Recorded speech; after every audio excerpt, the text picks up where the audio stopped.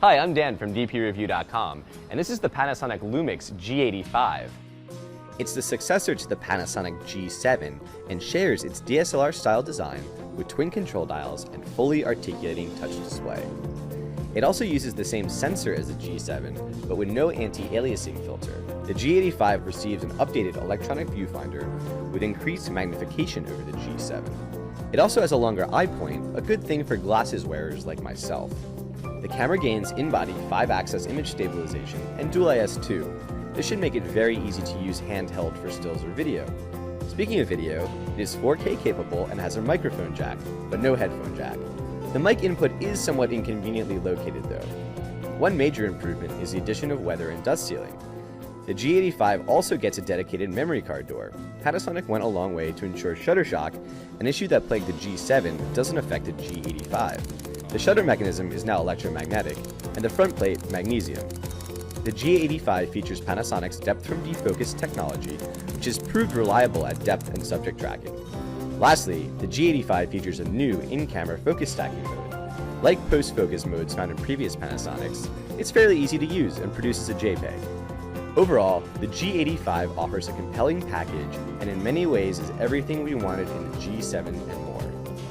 For more on this camera and all things digital photography, head to dpreview.com.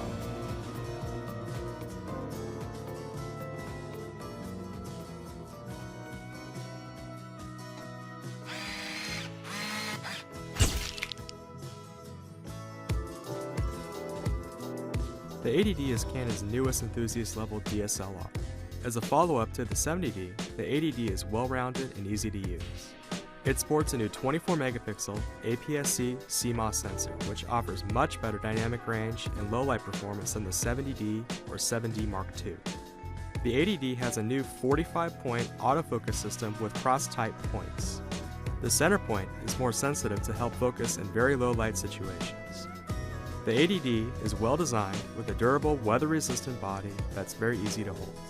It has a shutter rated to 100,000 cycles and should stand up well in typical use.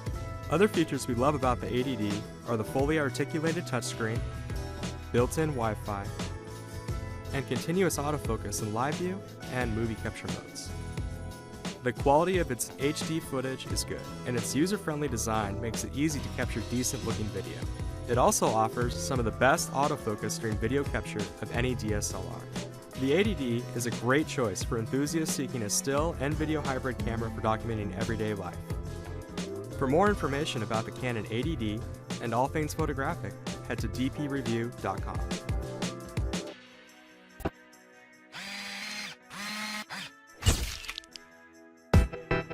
Presenting the E4K action camera. The class-leading E4K action camera features a Sony IMX377 image sensor, which provides excellent image quality, so you can capture 4K at 30 frames per second for up to 2 hours. That means you're able to keep capturing life's adventures for longer. The 155-degree wide-angle lens lets you get panoramic views of the world, and the 2.2-inch Gorilla Glass LCD touchscreen is ultra-responsive with a highly intuitive user interface. So previewing your shots, changing modes and settings is smooth and effortless. Electronic image stabilization steadies the action, and live streaming lets you share your world. You can even capture 12-megapixel still images and so much more. The E4K action camera from the new leader in action cameras.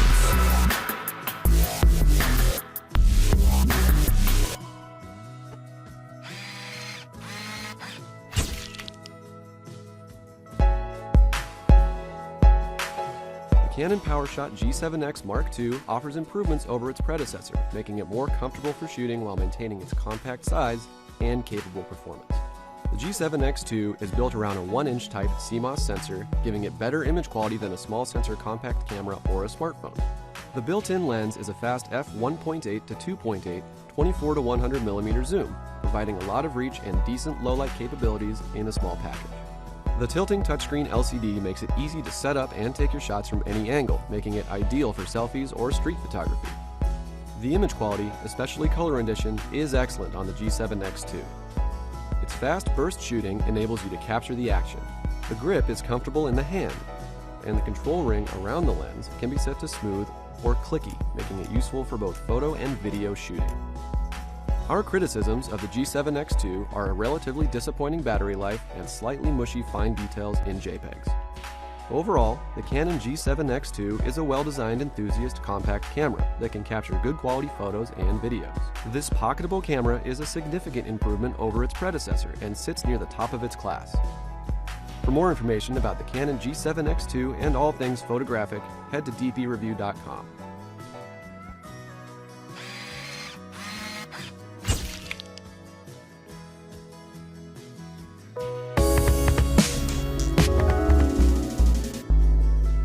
Hi, I'm Dan from dpreview.com, and this is the Sony A6300. The A6300 is the company's latest mid-range mirrorless camera, and although the body and pixel count may sound familiar, almost everything has been changed. The camera's 24-megapixel sensor is new and now features 425 autofocus points spread across the entire frame for high-precision focus and video AF. Meanwhile, though the styling is similar, the camera's body is much more substantially built with improved dust and moisture sealing.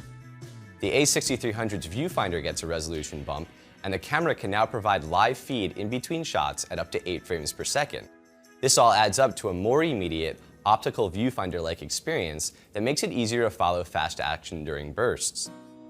Video shooting capabilities have also been upgraded, with the camera now able to capture 4K video at up to 30 frames per second. For more about the Sony A6300 and all things photography, head to dpreview.com.